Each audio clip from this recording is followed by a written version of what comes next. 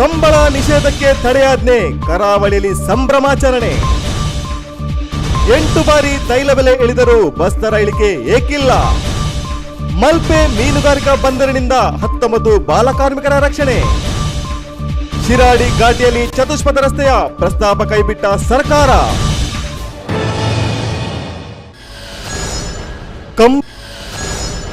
ಕಂಬಳ ನಡೆಸಲು ಹೈಕೋರ್ಟ್ ಸೋಮವಾರ ಷರತ್ತಿನ ಅನುಮತಿ ನೀಡಿದೆ. ನ್ಯಾಯಮೂರ್ತಿ ಎಸ್ ಅಬ್ದುಲ್ ನಜೀರ್ ಅವರಿದ್ದ ಏಕಸದಸ್ಯ ಪೀಠ ಈ ಕುರಿತು ನೀಡಿದ ಮಧ್ಯಂತರ ಆದೇಶದಿಂದ ಉಡುಪಿ ಮತ್ತು ದಕ್ಷಿಣ ಕನ್ನಡ ಜಿಲ್ಲಾಧಿಕಾರಿಗಳು ಕಂಬಳ ಕ್ರೀಡೆ ಮೇಲೆ ಹೇರಿದ್ದ ನಿಷೇಧ ತೆರವುಗೊಂಡಿದೆ.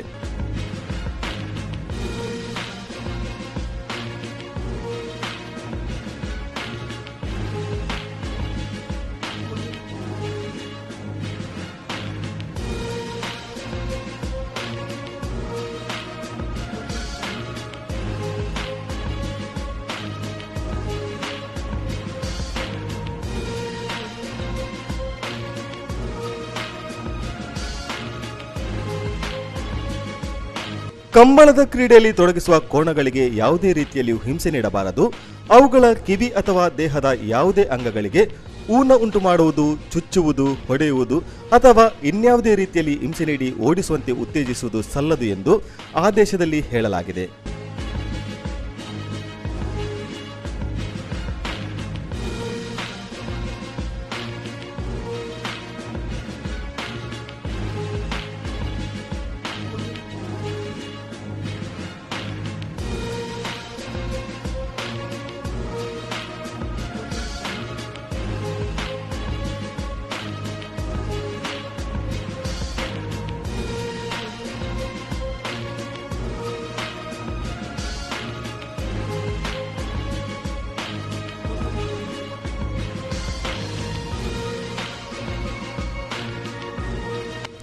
ಕೋಣಗಳಿಗೆ ಕಿರಿಕಿರಿಯಾಗುವಂತಹ ಯಾವುದೇ ತೈಲಗಳನ್ನು ಅವುಗಳ ಮೇಗೆ ತೀಡುವುದು ನಿಷಿದ್ಧ ಹಾಗೂ ಅವುಗಳಿಗೆ ಉತ್ತಮ ಆಹಾರ ನೀಡಿ ಪೋಷಿಸಬೇಕು. ಕಂಬಳ ಕ್ರೀಡೆ ನಡೆಸುವಾಗ ಸ್ಥಳೀಯ ತಹಶೀಲ್ದಾರ್ ಮತ್ತು ಪೊಲೀಸ್ ಇನ್ಸ್ಪೆಕ್ಟರ್ ಹಾಜರಿರಬೇಕು.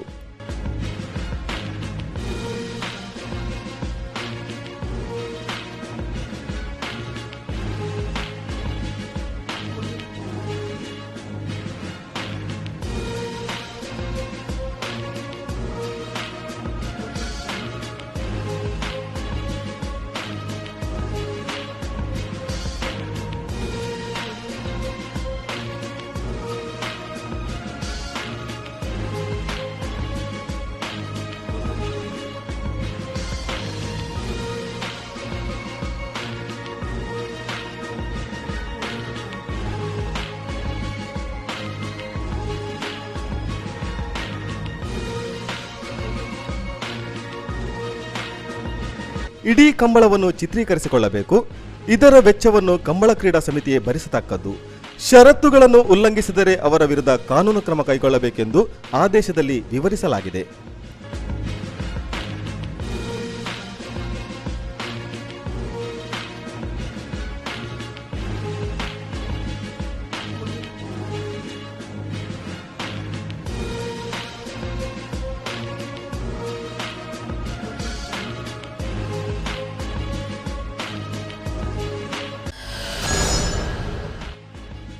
ಬೆಂಗಳೂರು ಮಂಗಳೂರು ಸಂಪರ್ಕಿಸುವ ಶಿರಾಡಿ ಘಟ್ಟದ ರಾಷ್ಟ್ರೀಯ 75 ಚತುಷ್ಪಥಗೊಳಿಸುವ ಪ್ರಸ್ತಾಪ ಕೈಬಿಡಲಾಗಿದ್ದು, ಇದರ ಬದಲಾಗಿ ಘಟ್ಟ ಪ್ರದೇಶಗಳನ್ನು ತಪ್ಪಿಸಿ ಗ್ರೀನ್ ಬೈಪಾಸ್ ನಿರ್ಮಿಸುವ ಯೋಜನೆಗೆ ಅನುಮೋದಿಸಲಾಗಿದೆ.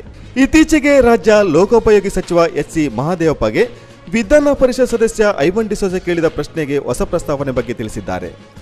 22 ಕಿಲೋಮೀಟರ್ ಉದ್ದದ ಚತುಷ್ಪಥ ಬದಲಾಗಿ ಜಪಾನ್ ಇಂಟರ್ನ್ಯಾಷನಲ್ ಕಾರ್ಪೊರೇಷನ್ ಏಜೆನ್ಸಿಯೊಂದಿಗೆ 18.5 ಕಿಲೋಮೀಟರ್ ಬೈಪಾಸ್ ನಿರ್ಮಿಸಲು ಕೇಂದ್ರ ಸಾರಿಗೆ ಮತ್ತು ಹೆದ್ದಾರಿ ಸಚಿವಾಲಯ ಸಮ್ಮತಿ ಸೂಚಿಸಿದೆ ಎಂದು ಸಚಿವ ಮಹದೇವಪ್ಪ ಪ್ರತಿಕ್ರಿಯಿಸಿದ್ದಾರೆ. ಅಂತೆಯೇ ಘಟ್ಟ ರಸ್ತೆಯಲ್ಲಿ ತಾತ್ಕಾಲಿಕ ಕಾಂಕ್ರೀಟೀಕರಣ ನಡೆಸಲು ಒಪ್ಪಿಗೆ ದೊರೆತಿದೆ. ಆರಂಭದಲ್ಲಿ ಬಿಸಿ ರೋಡಿನಿಂದ ಹಾಸನದವರೆಗೆ 138.5 ಕಿಲೋಮೀಟರ್ ಚತುಷ್ಪಥ ನಿರ್ಮಿಸುವ ಯೋಜನೆ ಇತ್ತು ಮತ್ತು ಫೀಡ್ಬ್ಯಾಕ್ ವೆಂಚರ್ ಸಂಸ್ಥೆ ವರದಿ ನೀಡಿತ್ತು. ಆದರೆ ಸಚಿವಾಲಯ ಘಟ್ಟ ಭಾಗದ 26 ಕಿಲೋಮೀಟರ್ ಅಗಲೀಕರಣಕ್ಕೆ ಮಾತ್ರ ಆಸಕ್ತಿ ವಹಿಸಿದ್ದು, ಇತ್ತೀಚೆಗೆ ಜಪಾನ್ ಸಂಸ್ಥೆ ಇಲ್ಲಿಗೆ ಭೇಟಿ ನೀಡಿದ್ದು 7 ಸುರಂಗಗಳನ್ನೊಳಗೊಂಡ 7.7 ಕಿಲೋಮೀಟರ್ 3.9 ಕಿಲೋಮೀಟರ್ ಹೈ ಆರ್ಕ್ ರಸ್ತೆ ನಿರ್ಮಾಣ ಕುರಿತು ವರದಿ ನೀಡಿದೆ ಎಂದು ಸಚಿವರು ವಿವರಿಸಿದರು.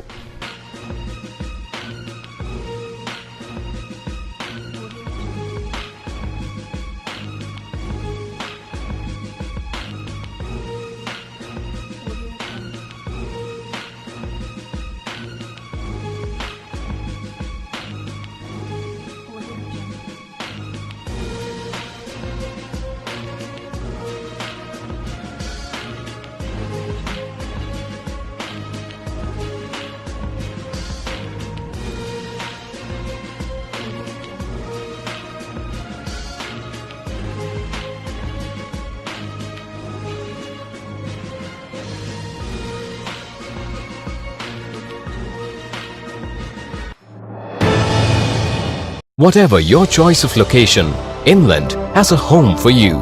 For more than 2 decades, Inland Builders have been building homes that are best suited for one's need in the most prime locations of Mangalore. Coupled with luxury futuristic designs and practicality, Inland, an ISO 9001-2008 certified company, offers the following projects: Inland Windsors at Maryhill, Inland Espana at Bijay, Inland Elan at Matadakani, Inland Impala at Ullal, Inland Imad at Bangalore, Inland Sion at Falnir, Inland Evans at Kadri, Inland Astoria at Valencia. Own your dream home with Inland Builders.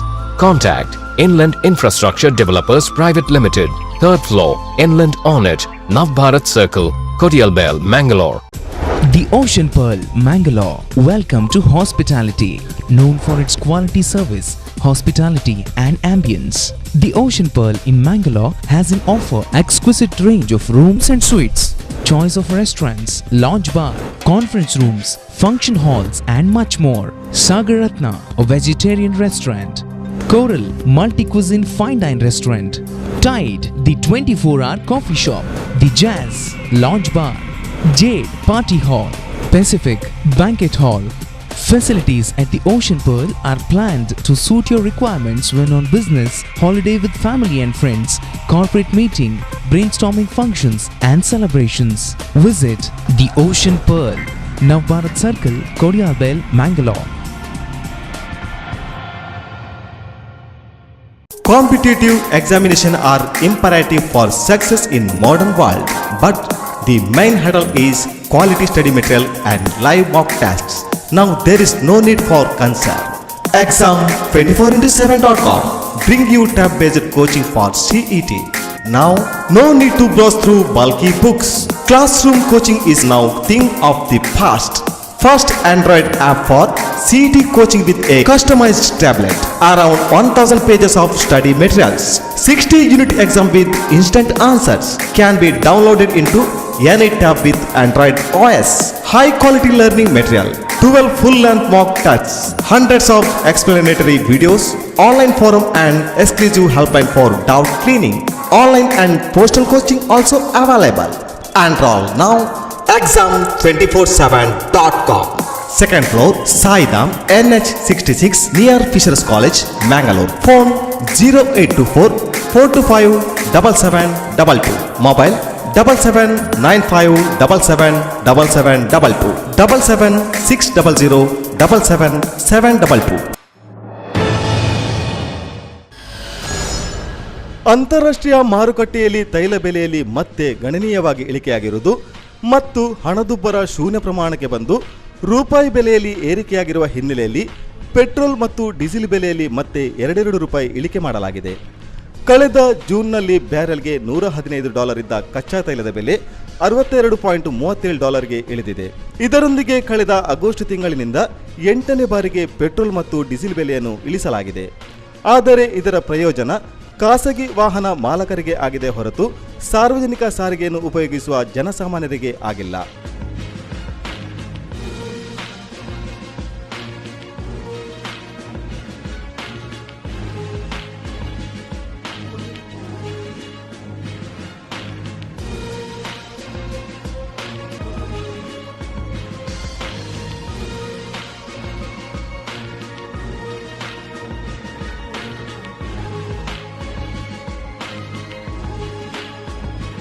ಸರಕು ಸಾಗಾಟ ವೆಚ್ಚದಲ್ಲಿಯೂ ಕಡಿತವಾಗಿದ್ದರೂ ಇದರ ಪ್ರಯೋಜನ ಗ್ರಾಹಕರಿಗೆ ವರ್ಗಾವಣೆ ಆಗಿಲ್ಲ. ಪ್ರತಿ ಸಲ petrol ಮತ್ತು ಡೀಸೆಲ್ ದರ ಏರಿಕೆಯಾದಾಗ ತಕ್ಷಣ ತಾಳಮೇಳವಿಲ್ಲದಂತೆ ದರ ಏರಿಸುತ್ತಿದ್ದ ರಿಕ್ಷಾ, ಟ್ಯಾಕ್ಸಿ ಮತ್ತು ಬಸ್ ಮಾಲಕರು ಈಗ ತೈಲ ಬೆಲೆಯಲ್ಲಿ ಗಣನೀಯ ಇಳಿಕೆ ಆಗಿರುವಾಗಲೂ ದರ ಇಳಿಕೆಯ ಮಾತನ್ನೇ ಆಡುತ್ತಿಲ್ಲ.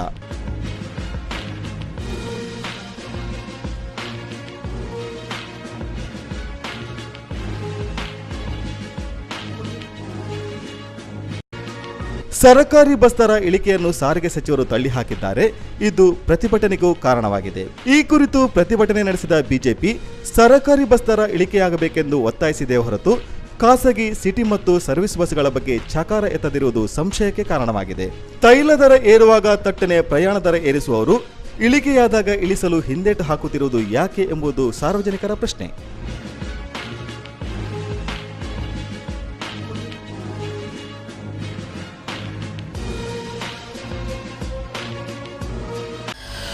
ಅಪಘಾತದಲ್ಲಿ ಮೃತರಾದ ಬಂಟ್ವಾಳ ತಾಲೂಕಿನ ಇಡ್ಕಿದು ಗ್ರಾಮದ ಮೂಂಡ್ರಬೈಲು ಶುಭೋದಯ ಸ್ವಸಹಾಯ ಸಂಘದ ಸದಸ್ಯ ಹರೀಶ್ ಅವರ ಕುಟುಂಬಕ್ಕೆ ನವೋದಯ ಚೈತನ್ಯ ವಿಮಾ ಚೆಕ್ಕನ್ನು ಅವರ ತಾಯಿ ಯಮುನಾ ಅವರಿಗೆ ಕೆದಿಲ ವ್ಯವಸಾಯ ಬ್ಯಾಂಕಿನ ನೂತನ ಕಟ್ಟಡದ ಉದ್ಘಾಟನಾ ಸಮಾರಂಭದಲ್ಲಿ ದಕ್ಷಿಣ ಕನ್ನಡ ಜಿಲ್ಲಾ ಕೇಂದ್ರ ಬ್ಯಾಂಕಿನ ಅಧ್ಯಕ್ಷ ರಾಜೇಂದ್ರ ಕುಮಾರ್ ನೀಡಿದರು. ಜಯರಾಮ್ ಭಟ್, ಚಂದ್ರಪ್ರಕಾಶ್ ಶೆಟ್ಟಿ, ಇಡ್ಕಿದು ವಲಯದ ಪ್ರೇರಕಿ ವನಿತಾ ಮತ್ತಿತರರು ಉಪಸ್ಥಿತರಿದ್ದರು.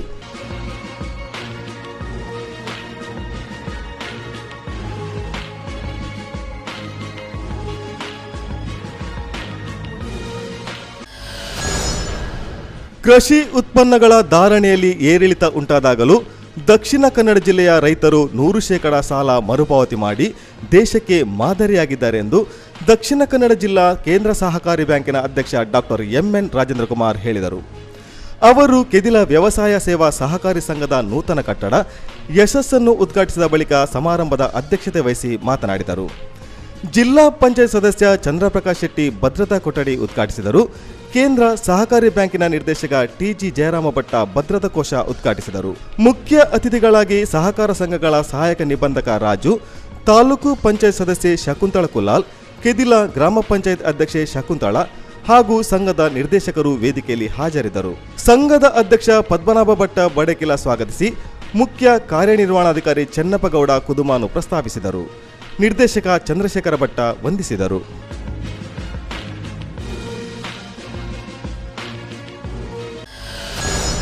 ಮಲ್ಪೆ ಮೀನುಗಾರಿಕಾ ಬಂದರಿನಲ್ಲಿ ಜಂಟಿ ಕಾರ್ಯಾಚರಣೆ ನಡೆಸಿದ ಬಾಲಕಾರ್ಮಿಕ ಕಲ್ಯಾಣ ಮಂಡಳಿ ಮತ್ತು ಕಾರ್ಮಿಕ ಇಲಾಖೆಯ ಅಧಿಕಾರಿಗಳು ಅಲ್ಲಿ ದುಡಿಸಲಾಗುತ್ತಿದ್ದ 19 ಮಂದಿ ಬಾಲಕಾರ್ಮಿಕರನ್ನು ರಕ್ಷಿಸಿದ್ದಾರೆ. ಅವರಲ್ಲಿ 10 ಮಂದಿ ಬಾಲಕರು ಮತ್ತು 9 ಮಂದಿ ಬಾಲಕಿಯರಿದ್ದಾರೆ. ಬಾಲಕರನ್ನು ಕೋಟೇಶ್ವರ ಬಳಿಯ ಕೆದೂರಿನಲ್ಲಿರುವ ಸ್ಫೂರ್ತಿಧಾಮಕ್ಕೆ ಸೇರಿಸಲಾಗಿದ್ದರೆ ಬಾಲಕಿಯರನ್ನು ಉಡುಪಿಯ ನಿಟ್ಟೂರಿನಲ್ಲಿರುವ ಬಾಲಮಂದಿರಕ್ಕೆ ಸೇರಿಸಲಾಗಿದೆ. ಅಧಿಕಾರಿಗಳು ಈ ಮಕ್ಕಳ ಇತ್ಯೋಪರಿಗಳ ಕುರಿತು ವಿಚಾರಣೆ ನಡೆಸುತ್ತಿದ್ದಾರೆ.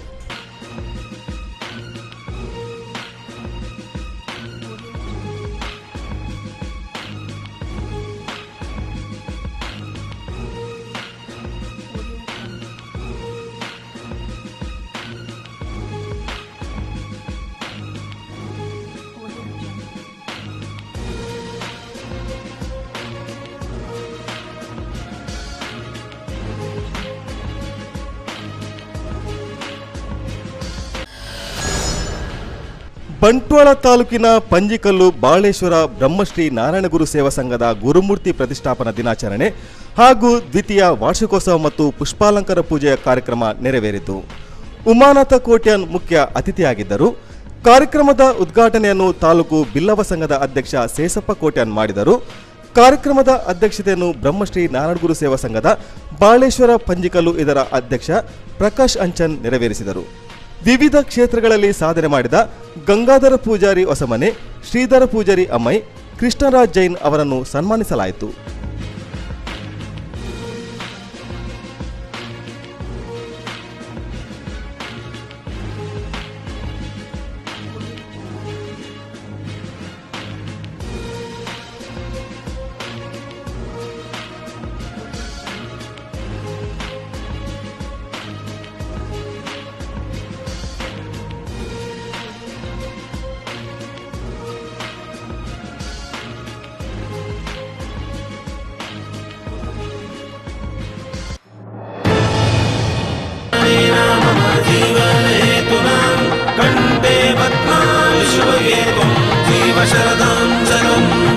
इश्क मेरे फीवर में चढ़ गई बल्लियां दौल बल्लियां, सामने तेरी वेस्ट पड़ गई दुनिया ई दुनिया.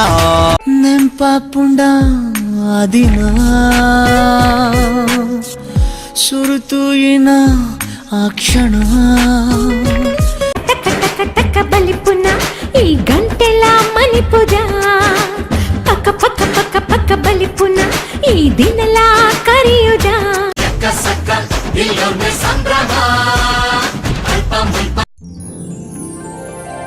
A lifelong relationship begins. today's special moments.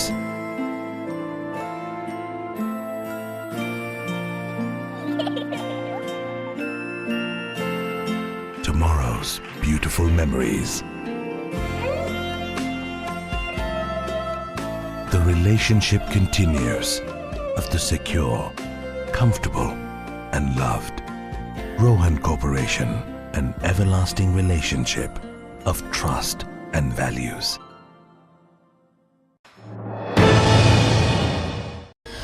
ಮಂಗಳೂರಿನ ಬಿಕರ್ನಕಟ್ಟೆಯಲ್ಲಿರುವ ಇನ್ಫಂಟ್ ಜೇಸಿಸ್ ಚರ್ಚಿನಲ್ಲಿ ಕಾರ್ಮಲ್ ಡೇ 2014 ನಡೆಯಿತು. ರೆವರೆಂಡ್ ಫಾದರ್ ಚಾರ್ಲ್ಸ್ ಸೆರವೋ, ಫಾದರ್ ಜೋ ತಾವ್ರೋ, ವಿಧಾನ ಪರಿಷತ್ ಸದಸ್ಯ ಐವನ್ ಡಿಸೋಜಾ ಮತ್ತು ಫೋರ್ವಿನ್ ಸಂಸ್ಥೆಯ ಇಲಿಯಾನ್ ಫೆರ್ನಾಂಡಿಸ್ ಮುಂತಾದವರು ಭಾಗವಹಿಸಿದ್ದರು. ಕಾರ್ಮಲ್ ಡೇಗೆ ಸೇರಿದ ಭಕ್ತ ಸಮುದಾಯವನ್ನುದ್ದೇಶಿಸಿ ಐವನ್ ಡಿಸೋಜಾ ಅವರು ಮಾತನಾಡಿದರು. ಕಾರ್ಮಲಿ ತಂಚಿ ಸ್ಟೋರಿ ಸಂಗ್ತಾನ ಮಕ್ಕ ಪೂರ ಕಾಣುಡೋನೆ ಪದರ ಅಬ್ಜಾಯಮನ್ ಬೊಗ್ಲೆ पूर्ण हांव अनेक वाटेर आसा. तांणी सेवा करची एक वाट दुसरी जाल्यार म्हजी अनेक वाट. Ultimately we reach to the same point. आमी कडेक एकच वाटेर एकच पॉयंटार पावतले म्हणल्यार बरो समजो. तुमी दाखयल्ली देख, तुमी केल्लें साधन, कार्मेलीत पाद्र म्हळ्यार सेवेक अनेक नांव. सेवा सकडी करतात, तातूंय सिंप्लिसिटी एंड हार्ड वर्क. ह्या दोनाक कार्मेलीत पाद्राचो कोट पळयल्या कुडले, लोभ पळयल्या कुडले आमकां भोगता की हांगा एक कश्टांचो वावरांचो संकेत हांगा आसा म्हूण. ते देखून हांव मुस्त पावटी काम करतालें उठू हांव तांकां सांगत दिवन आसा. तें म्हज्या इंट्रोडक्शनार सांगलें. हांव कार्मीक कामां घरां उठा आसा, लेबर क्लास उठा आसा. हांव काल्याक तांचे उठा सांग म्हळ्यार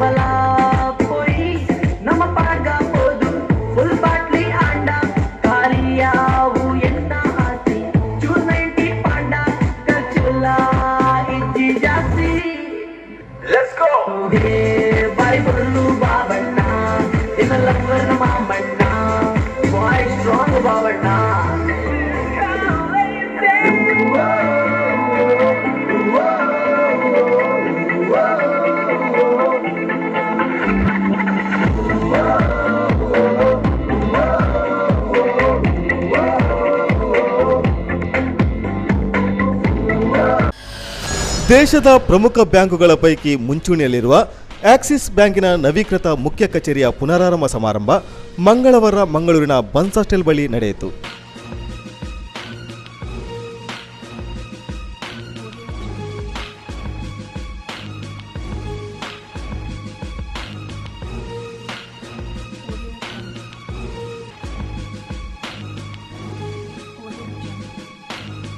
ಎಜೆ ಸಮೂಹ ಸಂಸ್ಥೆಗಳ ಅಧ್ಯಕ್ಷ A J Shetty, Hangyo ice cream ಸಂಸ್ಥೆಯ ಪ್ರದೀಪ್ ಶಣೈ, ಎಕ್ಸ್ಪರ್ಟ್ ಕೋಚಿಂಗ್ನ ನರೇಂದ್ರ ನಾಯ್ಕ ಅವರು ಅತಿಥಿಗಳಾಗಿದ್ದರು.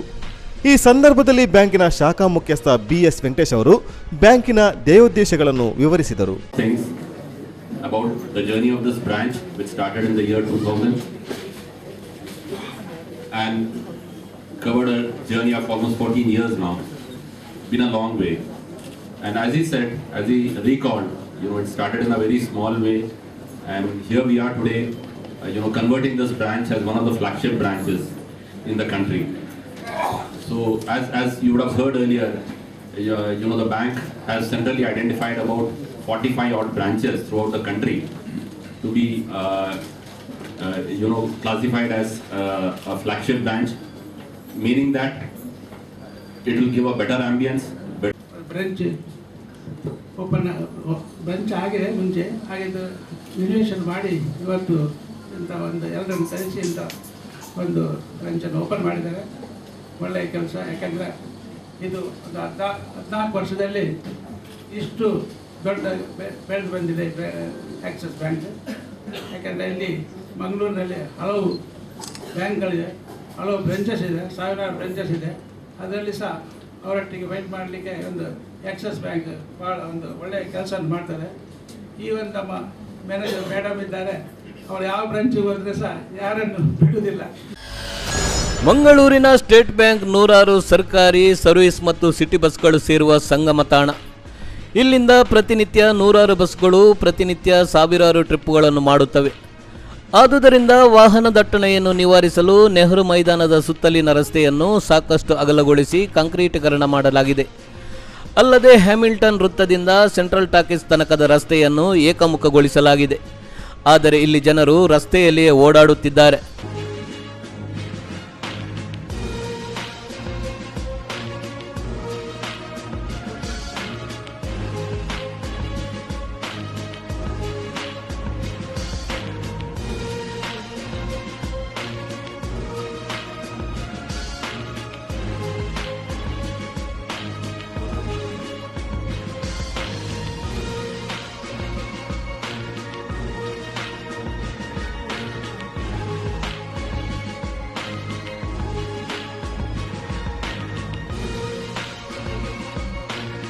ಅಡ್ಡಾದಿಡ್ಡಿಯಾಗಿ ರಸ್ತೆ ದಾಟಿ ವಾಹನ ಸಂಚಾರಕ್ಕೆ ಅಡ್ಡಿಯಾಗುತ್ತಿದ್ದಾರೆ ಮಾತ್ರವಲ್ಲ, ತಮ್ಮ ಜೀವನವನ್ನು ಅಪಾಯಕ್ಕೆ ಒಡ್ಡುತ್ತಿದ್ದಾರೆ. ಕಾರಣ ಕೆಲವು ಅಂಗಡಿಗಳವರು ಫುಟ್ಪಾತಿನಲ್ಲಿ ತಮ್ಮ ಸಾಮಾನು ಸರಂಜಾಮುಗಳನ್ನು ಇಡುತ್ತಿರುವುದು ಮತ್ತು ಇಲ್ಲಿನ ಫುಟ್ಪಾತ್ನಲ್ಲಿ ಸಂಪೂರ್ಣವಾಗಿ ಬೀದಿ ಬದಿಯ ವ್ಯಾಪಾರಿಗಳು ರಾಜ್ಯಭಾರ ಮಾಡುತ್ತಿರುವುದು. ಇದನ್ನು ನೋಡುತ್ತಿದ್ದರೆ ರಸ್ತೆ ಅಗಲಗೊಳಿಸಿ ಏಕಮುಖ ಮಾಡಿರುವುದು ಯಾರಿಗಾಗಿ ಎಂಬ ಪ್ರಶ್ನೆ ಮೂಡುತ್ತಿದೆ.